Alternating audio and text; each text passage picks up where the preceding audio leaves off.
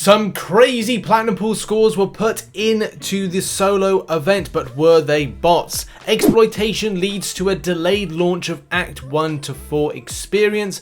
Unusual compensation for objectives you might have done. Variant 8 drops today, and much more. What is up, everybody, and welcome to Wednesday. It is hump day. Well done, you're halfway through the week. There's only another half to go before the weekend. Sort of yay? But big yay, we have just reached 60,000 subscribers and gone over, which is amazing. Thank you so much to everybody that is subscribed to the channel. And yeah, let's smash it into the end of the year, shall we? But now a special thank you to those that support the channel financially as a YouTube member and as well a Patreon. Appreciate you so much for keeping the love, the support, and keeping the channel running, especially through some very scuffy and scary times. Also, those that support as a Twitch Prime member, as a Twitch sub person. Yes, Twitchy people, thank you very much. Appreciate you. Thanks for being in the stream last night. Those that give tier 1 subs, tier 2 subs, bits, donations, all that stuff, you know, appreciate you, and should be seeing you tonight for some Variant 8 streaming. But let's start the show. There's been a lot of things that have broken in the last 24 to 48 hours and things that have just broken that we need to put you and get you up to speed with. So one thing is the daylight saving time shift. This meant that AQ ended on day 4 a lot earlier, so if you're kind of looking for an explanation, that is indeed the case, with Kabambu saying, we're sorry about the inconvenience. Yes, we recently had a time change in our region. The team has noted this for next time. I apologize. So yeah, it was just a case it was missed out, especially for those in different time zones when it shifted from one thing to the other, which, you know, we call in the UK daylight savings, daylight savings time, but I mean everyone has that in some capacity. Now let's talk about Platinumpool. As a lot of you know, we covered this on yesterday, actually early yesterday, as to the extent of what players were putting in when it comes to scores and where people were hoping to kind of finish off and where they actually finished off. I myself decided to put in 15 points, which was 3 more than the milestone. And what happened? I got 11 to 30%. Yeah, so that was that felt good to literally do nothing. So yeah, I personally didn't have the time really to grind out anything, and I know that a lot of players, you know, either have time or they don't. But you know, over the weekend, I like to take a chill really from stuff when it comes to extensively grinding the game. But yeah, it was certainly interesting to see what other players were doing, with Mr. King putting in 112 points and getting a 1 to 10% position, getting based on comparison with mine, a further 200 6-star shards and 2,000 more 5-star shards. I got the same amount as kind of like fabulous crystals, so I kind of felt like that was alright. I saved a bit of time there just by putting in 3 more points. But there is a rumor going round that some of these scores are being kind of put together by bots. Now I don't know if that is true, but it's something that I've seen a few people talk about. So if that is the case, that does really take away from the fairness of this particular game, and it's something that, well, you know, Kabam need to fully investigate if indeed it is true, and it would take away from the competitive nature, which, you know, Maxwell here said, would have grinded more, but I have to go to school. Hope I get 1 to 10. I think you're going to get more than 1 to 10, and it's just like, it is just so crazy with the scores people are putting in. But, you know, each their own with enjoying the game. Also, there seems to be a bit of a problem with people receiving their rewards, but it taking like a little bit longer than normal. For me, it was a case I woke up in the morning and it was there, so, you know, it's nothing that I worry about, but different time zones, you know, you kind of would have expected to see them a little bit, you know, more quicker. Especially it was interesting to see the results, you know, going a bit further than what we're talking about here with this player, man, he's a man.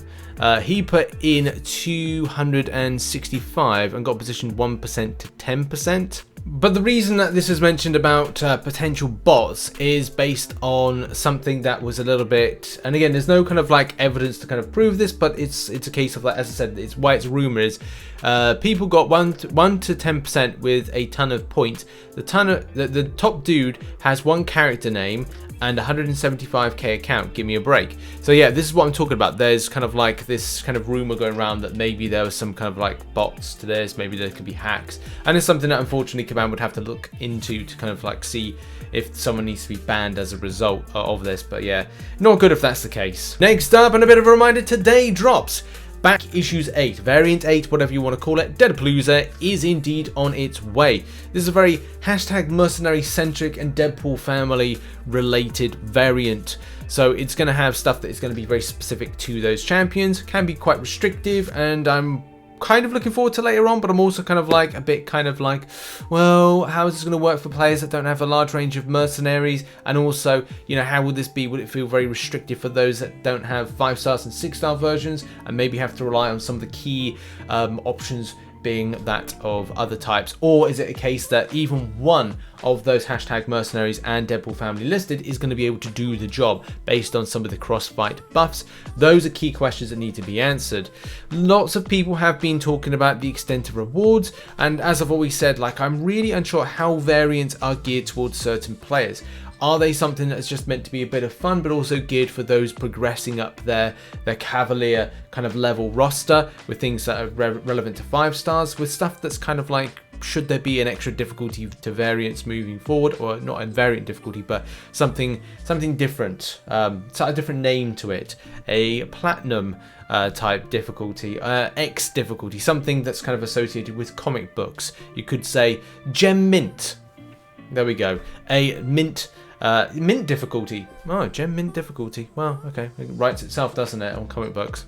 I also like there's a bit of a clap back here on that particular sentiment with this isn't endgame content anymore either. If you're looking for tier 6 basics and tier 3 alphas, ask Karina for a new challenge. That's a very, to be honest, that's a good point. That's a good point about Karina's challenge. When you know, I don't really have the time to do any of those Karina challenges, but I'm like doing little bits as they go.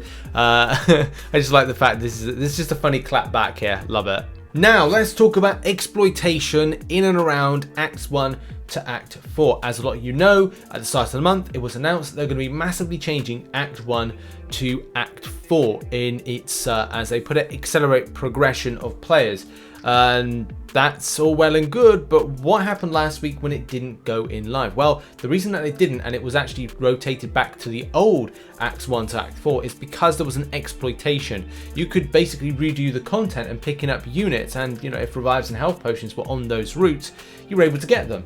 And that's not in keeping with what Kabam were kind of like allowing in. And if you know, it was mentioned broadly, I'm sure that it would have been more of a, hey look, accounts are going to be banned because you obviously knew about something and you were exploiting it. All well and good, I posted a video a couple of days ago about the Robot Revolution exploit, but as I showed in the video, it's not an exploit. You kind of like, you don't gain anything as a result. You gain exactly what other players are going to get. So you have to do the content in any case in order to do the quest to get the rewards, in a nutshell. But if you want more explanation on that, go and check out the video. But yeah, the subject is Act 1 to Act 4. This actually looks like very different, and it's on screen right now. So these quests are more kind of like streamlined for quick progression, as it said. I've definitely got to make a kind of different early player progression guide very, very soon. You can see that it's one quest of 6 particular missions. The same thing with Act 2. I'm not sure if something is coming with Act 4, but Act 3 has got 2 of 6, and then there's there's kind of like, it's still Act 4 has got all that stuff. Act 4 I think has got more kind of like annoying stuff removed from it, and it's streamlined. So it's kind of like, yeah, that's kind of like how that one is. And the reason that those are seen as 100% is because, yeah, like people were using it as an opportunity to get stuff. Like here, like a couple of players are talking about it, saying they probably update it after the gifting event so players can't hoard units now on new low accounts. Like no, yeah, well you can now kind of like go back into it with old accounts, of course, but from the point of kind of like utilizing it for getting revives and health potions, which I think it was seeing on those earlier type Act 1 and Act 2s, yeah, you kind of see why Kabam wanted to kind of like take it away. And as I said, like, it's out of sight, out of mind, and people keep their accounts without, you know, the stuff with being banned, which is not good. But yeah, just so you know, it's up, the new kind of iterations out, and yeah, like, it's just the case people were trying to kind of like get more or get like more units from it, or kind of like exploiting it. But I don't know, there's kind of a fine line between going, well, Kabam put it back in again, it's technically a new iteration, but it's not, because you've already technically 100%ed it. There is something more to this, and this goes into the next story. And that is compensation. Compensation I didn't know I required or had done.